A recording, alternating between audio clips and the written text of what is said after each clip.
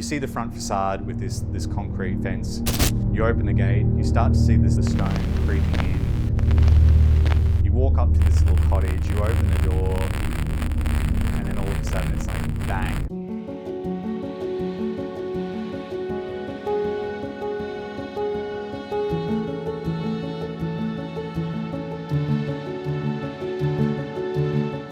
Open, it's double height void, you've got skylights, you've got this pool.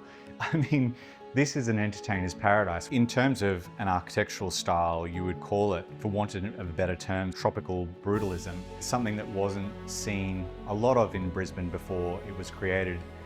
I don't even think it's a trend anymore or a style. I think it's just a way that we live. They built in Italy and Greece and all of those environments, that's what they use. They use stone. It is cool. It is warm. It does all the things that we need it to do. We don't have the access to it necessarily like they do over there, which is why it's probably not used as much here. And obviously the traditional Queenslander was built in such a way, not through style. I mean, it's a completely inefficient building by nature, but it was a cheap building to build and it worked. Whereas this sort of style that we've moved to now, it's highly more efficient. The form is it kind of makes way for the environment in terms of the gardens and so forth to grow into it and to grow over it. And the natural material palette of stone is always beautiful. So you come to somewhere like this, which has got that same level of detailing and that same amount of stone in it, it gives a different level of sophistication that you wouldn't normally get if you were just doing this as a project. The color palette that they've used in some of these rooms with this sort of like a really deep bluey green. It reminds me there was a color which was called shark gray, which was, I'm not sure exactly what this color is called, but it is a beautiful color. It's very rich and deep. If you want something completely original with a whole lot of soul and enjoyable moments is probably the term.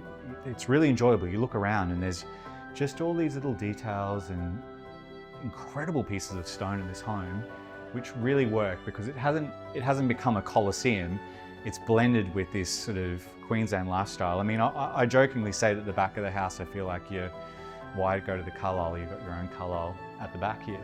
The travertine is all the way through the pool. It's beautiful, like the lineal travertine cut as it sort of steps down to the pool, and it hasn't actually just been the facade around the pool or the capping. It's all the way through the pool. I mean, these are things that most people wouldn't do to a normal house, and understandably these people have an opportunity because of what they do to bring a level of interesting stone and material out of this house that most people wouldn't.